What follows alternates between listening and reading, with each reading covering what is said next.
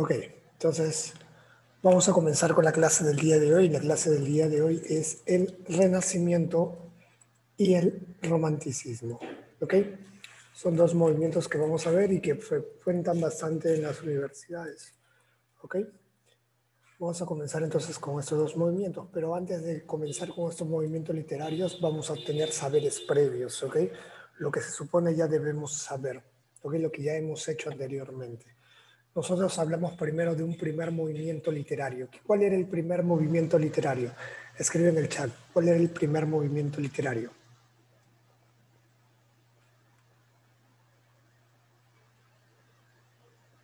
¿Nadie se acuerda cómo se llamaba el primer movimiento literario? Muy bien, el primer movimiento literario se llamaba el clasicismo, ¿cierto? Y va a tener que ver mucho con el tema que vamos a ver ahora. Así que el primer movimiento literario fue el clasicismo, ¿cierto? Este clasicismo va a abarcar dos culturas. ¿Qué culturas abarcaba?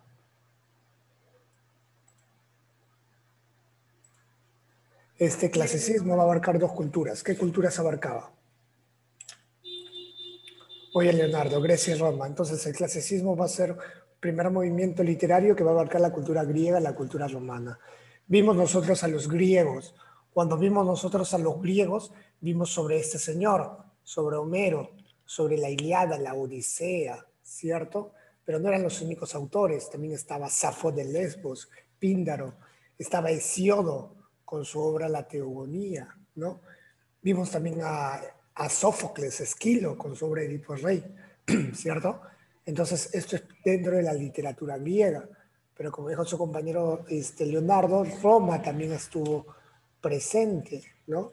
Obviamente que mucho después, con esta trilogía de escritores, Horacio, Virgilio y Ovidio, ¿no? Esta trilogía de escritores de la literatura romana, ¿ok? Entonces, el clasicismo abarcó tanto Grecia como en Roma, ¿ok? Y después, por historia, ustedes saben que la división de la historia está hecha de esta manera, ¿no? Edad antigua, edad media, edad moderna y edad contemporánea. Es la división que nosotros, bueno, que los estudiosos lo han hecho para poder estudiar la historia, ¿no?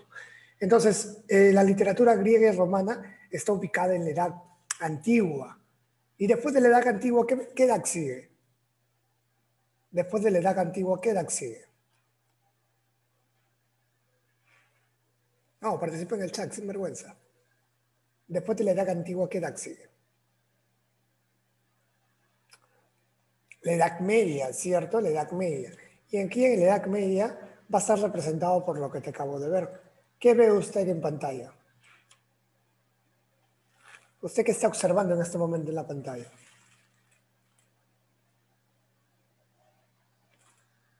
Muy bien, en este momento usted está observando algo oscuro, negro, no se ve. Y la Edad Media fue conocido por eso, por ser la edad oscura, porque en esta edad el conocimiento que se había avanzado notablemente en la cultura griega y romana, en la Edad Media retrocedió mucho, ¿ok? O sea, en la Edad Media no hubo un avance científico muy importante. Hubo quizás al final, cuando ya está finalizando la Edad Media y a punto de iniciar la Edad Moderna, pero la Edad Media, que duró más de 1000 años, no hubo un gran avance, ¿ok? Y por eso se le da a conocer a la Edad Media como la Edad Oscura, como lo ves en la pantalla. ¿Está bien? Aquí va a surgir en literatura, aquí va a surgir la literatura medieval. ¿Ok? La literatura medieval, los cantares de Gesta, el cantar del Miocic, el cantar de Roland, el cantar de los Nobelungos.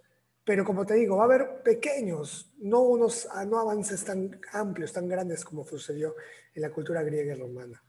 Y en esta Edad Media, la Edad Oscura, todo va a girar en torno a Dios. La Iglesia Católica va a tener un montón de poder, ¿no? Y que va a abusar de ese poder. Lamentablemente, cuando alguien concentra mucho el poder, pues se vuelve autoritario y abusivo, ¿no? Y eso le pasó a la Iglesia Católica, ¿no? Entonces, en esta edad, la literatura que surgió en esta edad fue más medieval, literatura de la Edad Media medieval, caballeros, feudalismo, cantares de gesta, juglares, aquí está el juglar, y la Iglesia Católica va a tener más poder, ¿ok? La Iglesia Católica va a tener más poder. Después, cuando ya finaliza la Edad Media, viene lo que vamos a ver en este momento, el Renacimiento, ¿ok? El Renacimiento. O sea, en esta Edad Oscura, la Edad Media que fue la Edad Oscura, no hubo un avance científico amplio. Pero cuando llegamos al Renacimiento, que es el tema que vamos a ver ahora, cuando vemos el Renacimiento, vamos a ver cómo la cultura empieza a renacer. Por eso viene el Renacimiento.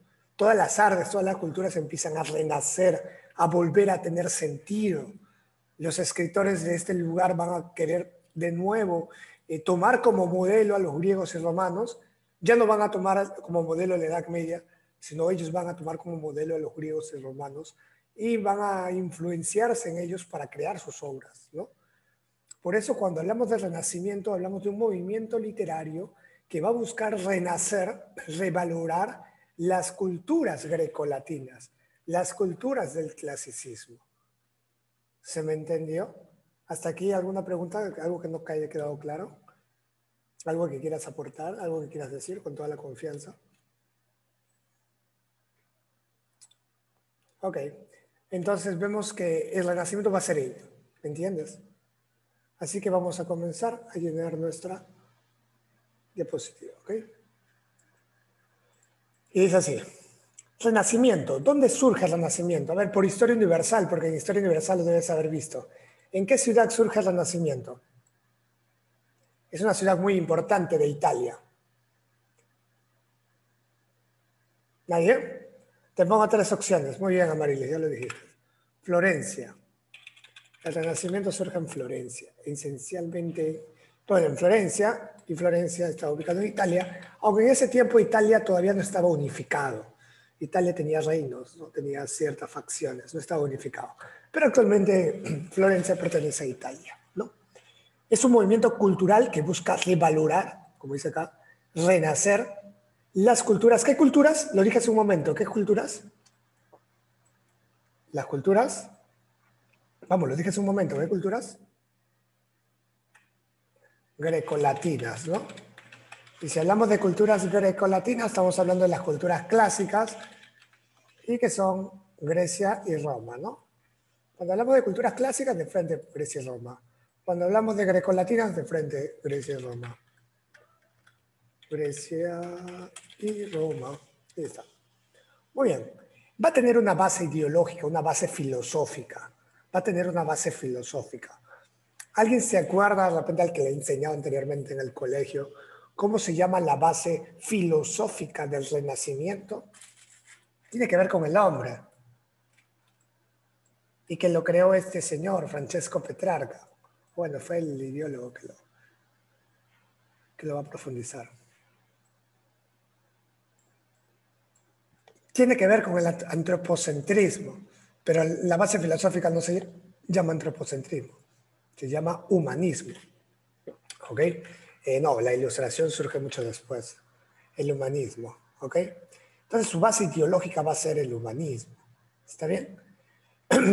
A ver, vamos a ver sobre sus características. En esta edad oscura que te puse, en esta edad negra que te puse, era teocentrista. Todo giraba. Recuerda que teo significa Dios, ¿no? Por eso dice que era teocentrista, porque todo giraba en torno a Dios, en torno a la iglesia. En cambio, en el Renacimiento no va a ser teocentrista, sino va a ser antropo, lo que dijo hace un momento Marilis. Antropocentrista. ¿Qué significa antropocentrista? Que el hombre es el centro del mundo. El hombre es el centro del mundo. ¿Ok? El centro del universo. Todo va a girar en torno al hombre. Aquí vamos a ver, aquí vamos a ver, por ejemplo, aquí esta imagen que lo debes conocer, ¿no? El hombre es el centro de todo. Mira, mira, mira. Así como lo ves, como tal, el hombre perfecto. Tiene que tener una simetría, ¿no? El hombre es el centro de todo. Aquí, hablando de arte, aquí surgen grandes, bueno, fuera de la literatura, pintores, escultores muy importantes, ¿no? Como Miguel Ángel, como Donatello, como Leonardo da Vinci, ¿no? Como Rafael Sanzio, ¿no? En este periodo surgen ellos, ¿no? Bueno, en fin, culto a la razón, es muy importante la intelectualidad del hombre. Por eso el Renacimiento es racionalista o racional. Culto a la razón, muchachos, ¿ok? Culto a la razón, ¿ok? Ahora, amor a la naturaleza, darle valorar. Ah, algo que no te dije y que aprovecho las imágenes que están acá. Ese es la Basílica de Florencia, de los Médicis, ¿ok? ¿Alguien de ustedes sabe quién fueron los Médicis? Esta basílica, aquí en las ultratumbas, las catacumbas, están enterrados los Médicis. ¿Alguno de ustedes sabe quiénes fueron los Médicis? Va a ser muy importante. Sí, son una familia que son los mecenas, o sea, los que van a invertir con su dinero a la cultura. O sea, gracias a los Médicis y otras familias más, la cultura va a poder ser desarrollada, ¿no? O sea, siempre tiene que haber alguien que invierta, ¿no? Que tenga dinero y que invierta, ¿no? Muy bien. La cultura empieza a expandirse, por eso es universal. ¿Por qué universal? Porque ya no solamente la cultura se va a quedar a Europa, sino va a llegar a América, porque este hombre descubre América y va a unificar dos tierras, dos continentes, ¿no? Al americano y el europeo, ¿no? Por eso se dice que es universal, porque ya no solamente está en un solo continente, sino ya abarca otros continentes, ¿ok? Abarca otros continentes. Es imitativa, va a imitar, ¿no? ¿A quién va a imitar? A los griegos y los romanos. Va a imitar, ¿no? ¿A quién va a imitar? A los griegos y los romanos. Por eso, a veces te preguntan, ¿el Renacimiento es un movimiento literario original? No, no es un movimiento original. Es un movimiento imitativo, no es original. Porque va a imitar a los griegos y a los romanos. Y se va a poner al medievalismo, o sea, a la literatura de la Edad Media, ¿no? Se va a poner al medievalismo. O sea, la época medieval, ¿no? A la época medieval. O sea, se va a oponer a esta edad oscura. ¿Me entiendes? Se va a oponer a esta edad oscura. ¿Ok? A ver, ¿hasta aquí alguna pregunta? Con toda la confianza del mundo, profe, no entendí este concepto, profe, no entendí por qué es universal, profe, no entendí por qué es imitativa. ¿Hasta aquí alguna consulta? Muy bien, continuamos. Representantes. Tenemos en Italia a este hombre que se llama Nicolás de Maquiavelo, ¿ok? Nicolás de Maquiavelo, con su obra El Príncipe, ¿ok? Donde predomina un tópico, una justificación política muy interesante, ¿no? Lo cual dice que no importa cómo tú llegues al poder, pero si cuando llegas al poder hagas cosas productivas para todos. No importa lo que hagas con tal que logres tu objetivo, ¿no? Por eso viene la frase, ¿no? El fin justifica los medios. El fin justifica los medios. No importa lo que usted haga con tal que llegue y cuando llegan a cosas buenas. Le debe sonar muy parecido y muy maquiavélico esta frase, ¿no? Por eso viene la palabra maquiavélico viene de Maquiavelo, pues, ¿no? Y ejemplos, ¿no? ¿Cuántos presidentes han llegado al poder? Han matado, han electrocutado, han sido corruptos, pero como han hecho obras para el pueblo, bueno, al menos él hizo algo, ¿no? Al menos roba como todos, pero hace algo, ¿no? Y tontamente justificamos ese accionar, ¿no? Ese accionar.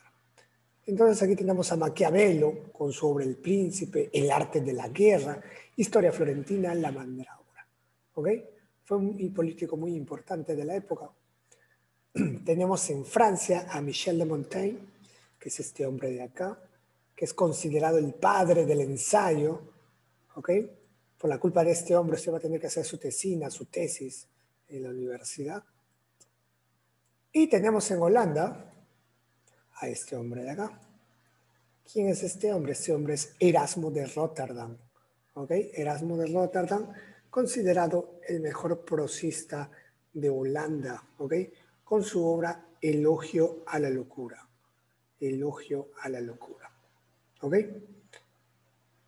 Muy bien, continuamos, muchachos. Aquí en el Renacimiento lo más importante es el hombre que vamos a ver en este momento, ¿no?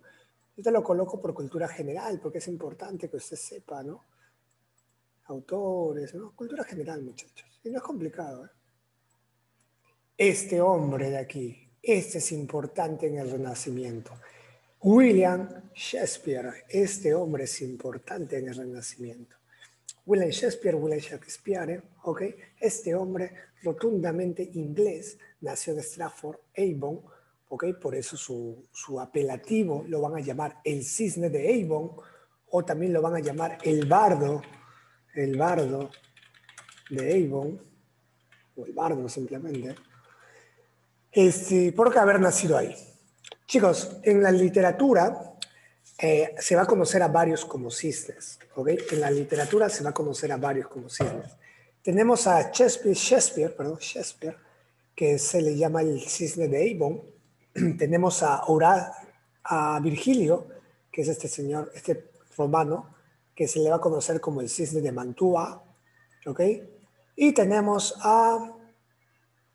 por aquí debe estar, acá está, a Johann Wolfgang Goethe, que lo conocemos como el cisne de Weimar.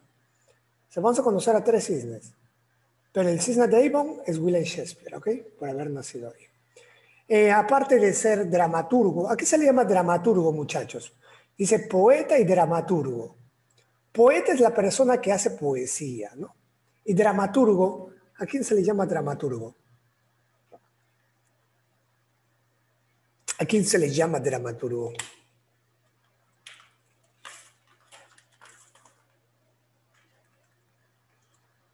Dramaturgo se le conoce a la persona que crea obras de teatro. Recuerda que las obras de teatro pertenecen al género dramático, ¿cierto? Entonces, el que escribe obras de teatro se le conoce como dramaturgo. William Shakespeare fue poeta, fue dramaturgo, fue empresario, tuvo su compañía, no solamente él creaba obras de teatro, sino también producía, impulsaba otras obras de teatro de otros autores y él tenía su propio teatro, ¿ok? Él tenía su propio teatro. ¿Ok? Entonces, este señor que va a tener su propio teatro llamado El Globo, como lo puedes ver aquí, también se casó con una mujer llamada Anna Hathaway y cada una de sus obras va a representar una pasión. Cada una de sus obras va a representar una pasión. Antes de hablarte de sus obras, quiero decirte que se cree que William Shakespeare no creó estas obras, ¿no? Sino lo creó otra persona. Bueno, se cree, un estudio, una teoría, ¿no? Pero actualmente se le da la autoría de todas estas obras, ¿no? Pero por ahí dicen que no lo hizo, ¿no?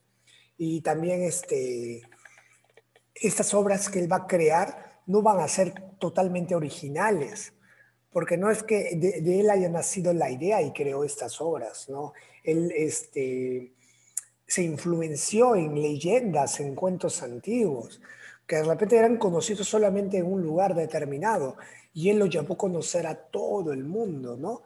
Es como que usted, doctor Leonardo, empieza a crear una obra de teatro en base a la leyenda de Manco Cápac Mamaogyo. La leyenda siempre estuvo, pero usted lo que hizo es crear una obra de teatro, darle más de usted, crear un guión, ¿no? Y dirigir una obra de teatro, ¿no? Entonces usted va a trascender, ¿no? Te tomaste una idea que ya existía, pero lo volviste conocido mundialmente. Eso es lo que hacía William Shakespeare, ¿ok? Leyendas de Inglaterra, de Dinamarca, de Noruega, le empezaba a volver famosas, ¿no? Entonces, si te dicen que la obra de Shakespeare era original, no era original porque se basaba en otras leyendas, ¿no? Ahora vamos con las obras. Te dije que cada obra va a representar una pasión, ¿ok? Tenemos a Romeo y Julieta, que va a representar el amor juvenil, ¿no? Acá tenemos Hay una película de Romeo y Julieta, ¿ok? De que Leonardo DiCaprio lo protagonizó, ¿no? Hay una película de Romeo y Julieta, donde vemos que dos familias se odian a muerte. Tenemos la familia de los Montesco y tenemos la familia de los Capuletos. Estas dos familias se odian a muerte, ¿ok? Y al odiarse completamente hacen que sus hijos, sus vasallos, también se odien, ¿ok? Pero el que está dolido en este momento es Romeo, que es un Montesco. Él está dolido porque la chica que le gusta no le hace caso. Porque bonito es enamorarse, pero feo es cuando te enamoras y no te hacen caso, ¿cierto? ¿Cierto? Entonces Romeo no le hace caso. ¿Quién no le hace caso? Julieta. Julieta ni sabía su existencia de Romeo. Romeo estaba enamorado de Rosalina, o Rosalía. Rosalía, que estaba enamorado Romeo. Rosalía lo chotea porque Rosalía quería ser monja, quería estar en un convento. Entonces que Romeo está triste y ahí sus amigos, sus primos le dicen, no te preocupes, vamos a una fiesta ahí en los Capuletos, pero no, ¿cómo vamos a ir? No vamos a meter sin que nadie se dé cuenta. Además es una fiesta de disfraces, nadie se va a dar cuenta. En eso Romeo ve la lista de invitados y ve que Rosalina, la que a él le gustaba, también está en la fiesta, ¿no? Así que van a la fiesta, se infiltran en la fiesta y en ese momento Romeo mira a Julieta. Cuando ve a Julieta, conoce a Julieta, se olvida de Rosalina. ¿Ok? O sea, Julieta sirve para que Romeo olvide y Romeo era una persona de más de 20 años, Julieta era una chica de 15, 16 años y automáticamente Julieta y Romeo se atraen, una atracción instantánea, pero es una atracción de dos familias opuestas que va a llevar a que las familias se peleen más de lo que ya había pasado. Antes que suceda esto, el enamoramiento, antes que suceda este enamoramiento entre ambos, uno de los criados de los Montescos se peleó con uno de los criados de los Capuletos. Y vino el príncipe de Verona, porque esta obra está ambientada en Verona. Vino el príncipe de Verona y dijo, ¿saben qué? Una pelea más entre ustedes dos y voy a mandarla a matar. No me interesa porque ya estoy harto de sus peleas. Y no solamente ustedes se pelean, a los vecinos también no los dejan vivir en paz. ¿Ok? Así que una pelea más y la persona que dirija una pelea más lo voy a mandar a matar. Esa va a ser la sentencia. Eso sucedió antes de que Romeo se enamore. Romeo se enamoró de Julieta, aparece la famosa escena donde Romeo agarra una piedrita, tira a la ventana al balcón de Julieta, Julieta sale, mira hacia el cielo, ve una luna extremadamente amplia, luna llena, oh Romeo, ¿dónde estás que no te veo? Y Romeo estaba trepando el árbol para irse a su balcón, ¿no? Y esa escena romántica, que tú siempre que sabes que siempre hay una alcahueta por ahí, ahorita vamos a ver quién era la alcahueta o alcahuete por ahí, y el primo Teobaldo los atrapa, ¿no? Teobaldo los atrapa, lo insulta, Romeo no quiere pelear, Mercucio, el mejor amigo, cuando Teobaldo iba a meterle un espadazo a Romeo, Mercucio se mete y Mercucio recibe, ¿ok? El daño, Mercucio muere, Romeo al ver muerto a su mejor amigo se nubla totalmente, agarra su espada y lo mata el primo de Julieta, mata a Teobaldo. Entonces el señor Montesco, el padre de Romeo, se entera y le dice, eres un tonto, vete a Mantua, lárgate, no vuelvas, ¿no? Porque si te quedas, el príncipe de Verona te va a mandar a matar, así que vete. Pero antes que se vaya, Julieta y Romeo se casan clandestinamente, representativamente, simbólicamente, con el fray Lorenzo, ¿no? Fray Lorenzo la alcahueta. Y Romeo se va. Julieta le llora a Fray Lorenzo, por favor, Fray Lorenzo, haz algo para que mis familias no se odien tanto, por favor, Fray Lorenzo. Y Fray Lorenzo dice, no te preocupes, hijita, mira, acá tengo una poción, que tú te vas a tomar esta poción, te la tomas y cuando usted se la tome va a parecer que tuviera catalepsia, tus signos vitales van a bajar, todos van a pensar que estás muerta, te van a llevar a un sepulcro, todos te van a velar y cuando pase el efecto vas a vivir y le vas a decir que todo sucedió porque no aceptan su relación. No te preocupes, yo le voy a mandar un mensaje a Romeo para que Romeo esté al tanto. Pero el mensaje nunca llegó, al menos a las manos de Romeo, no llegó el mensaje. Romeo, que había juntado su platita, regresó a visitar a Julieta y cuando regresa se da cuenta que Julieta estaba muerta, o eso es lo que había escuchado. Y cuando Romeo va donde estaban velando, había un pretendiente de Julieta llamada Paris. Entonces Romeo agarra su espada y ¡plá! Lo mata a Paris. Muere Paris, lo mata. En eso ve a Julieta supuestamente muerta, le dice, oh amor mío, si tú estás en la otra vida, así como te amé en la tierra, te amaré en el inframundo. Agarra veneno que tenía y se toma y se mata. Después de que Romeo se mató, Julieta se levantó, mira al costado que hay un cuerpo y ese cuerpo era de su Romeo y cuando mira el cuerpo de su Romeo dice lo mismo, ¿no? Oh, amor mío, ¿cómo pudo haber pasado esto? Pero así como te amé en la tierra, también te voy a amar en el otro mundo. Agarra la espada de Romeo y ¡plá! Se mata la chiquita. Se mata la chiquita, ambos mueren, y cuando ambos mueren recién llega la familia, llora la familia y se perdonan, ¿no? Pero ya estaba muerto Romeo y Julieta, Teobaldo, Mercucio, París y otros más, ¿no? Entonces, en resumen, es una obra pasional, profe, de dos chiquillos, de amor de adolescentes, ¿cierto? Así como usted cuando se enamora o se ha enamorado, ¿no? Hace sonceras, ¿no? Piensa que va a durar para siempre y al final ya te ha bloqueado del Facebook, ¿cierto? Entonces, esta obra es así, impulsiva, pasional, porque todo sucede en 2, 3 días nomás. Ya de haberse conocido ya está muerto ya. Todo muy pasional, ¿no? Todo muy pasional. Otra obra muy interesante de él es Otelo, donde Otelo era una persona totalmente fuerte, totalmente poderosa, tenía hombres, tenía soldados, pero los celos lo va a llevar a cometer un acto terrible. Y todo por su enemigo. Su enemigo le dice, le mete ideas en la cabeza, ¿no? Le mete ideas, ¿no? Y le hace cometer homicidio, ¿no? Los celos, ¿no? ¿Cuántos de ustedes son celosos? ¿Cuántos de ustedes son tóxicos? Tú tóxica. ¿Cuántos de ustedes no se siente seguro, ¿no? Es un inseguro. Los celos. Macbeth, ambición, ¿ok? El rey Lear, amor fraternal, es amor filial, ¿ok? Y la obra que viene más en exámenes de admisión es Hamlet, ¿ok? Es Hamlet. A ver, tú que sabes inglés, ¿qué dice acá? Esta es una representación de Hamlet. ¿Qué dice ahí? Tú que sabes inglés. Por cierto, en San Marcos hay un texto de inglés, así que tú tienes que saber inglés. Todo en inglés. ¿Ok? To be or not to be? That is the question. ¿Ser o no ser? Muy bien, Rosemary. Esa es la cuestión, esa es la pregunta. ¿Ser o no ser? Esa es la pregunta, ser o no ser. ¿Ok? Entonces, esta frase de ser o no ser viene en Romeo y Julieta, en Hamlet, ¿ok? En la obra Hamlet, que lo vamos a ver en un momento. En Hamlet vamos a ver la duda y la venganza. Algo muy interesante es que William Shakespeare está dentro del Renacimiento. La obra Romeo y Julieta lo hizo dentro del Renacimiento, pero después, posteriormente,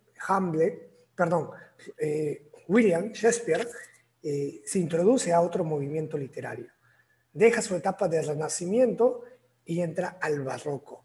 ¿Okay? Por eso aquí cuando te puse un movimiento literario, él perteneció al Renacimiento, que estamos viendo en este momento, y también perteneció al Barroco.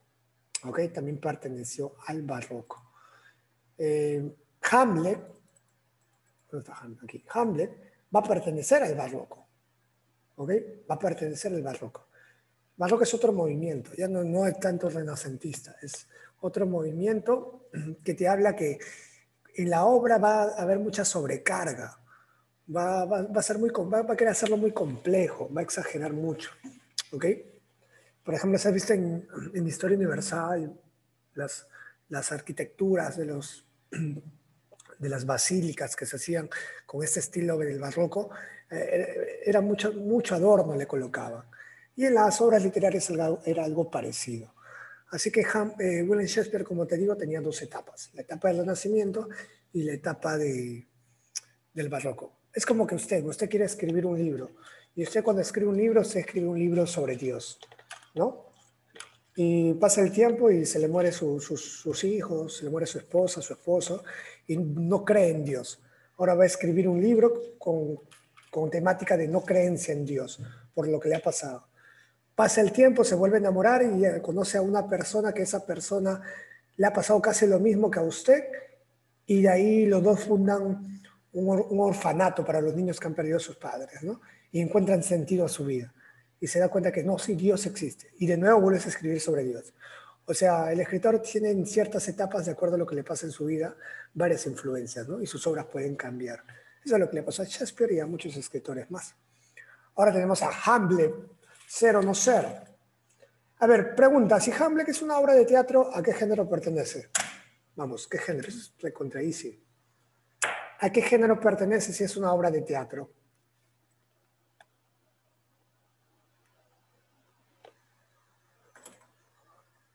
Muy bien, género dramático. Género dramático. Si hay muerte, todos mueren. ¿Qué especie es?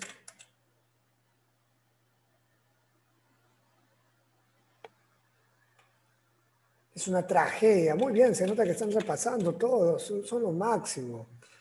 Se nota que están repasando. Por eso sí vas a ingresar a la universidad. ¿Basado en qué cuento? En un cuento danés. En un cuento danés. Muy bien. A ver, no va a respetar las unidades aristotélicas del teatro. ¿Te acuerdas que nosotros habíamos hablado en la primera clase sobre un tal Aristóteles, que él había hecho los géneros literarios, la división de los géneros literarios? Aristóteles. Aristóteles planteaba que el teatro, era el teatro perfecto, siempre y cuando se cumplan las unidades aristotélicas. 3 unidades: tiempo, lugar y acción. Decía que la obra de teatro es perfecta si está situada en un solo ambiente. O sea, yo voy a representar una obra de teatro que supuestamente estamos en el colegio. Tú no puedes, una escena estás en el colegio y el otro estás en Huachipa. Y en el otro acto estás en Ayacucho. No, no. Si tú quieres respetar las unidades aristotélicas, la obra de teatro tiene que centrarse en un solo lugar. Tiempo, en un solo tiempo. Tiene que ser dentro de 24 horas. Yo no voy a representar en un acto lo que sucedió ahora y en el otro acto lo que sucedió hace 2 años. No, tiene que ser dentro de las 24 horas. Y la acción significa que hay una sola historia principal, no vas a poner historias secundarias. ¿Ok? Pero Hamlet no respeta eso. O sea, no respeta esas 3 unidades.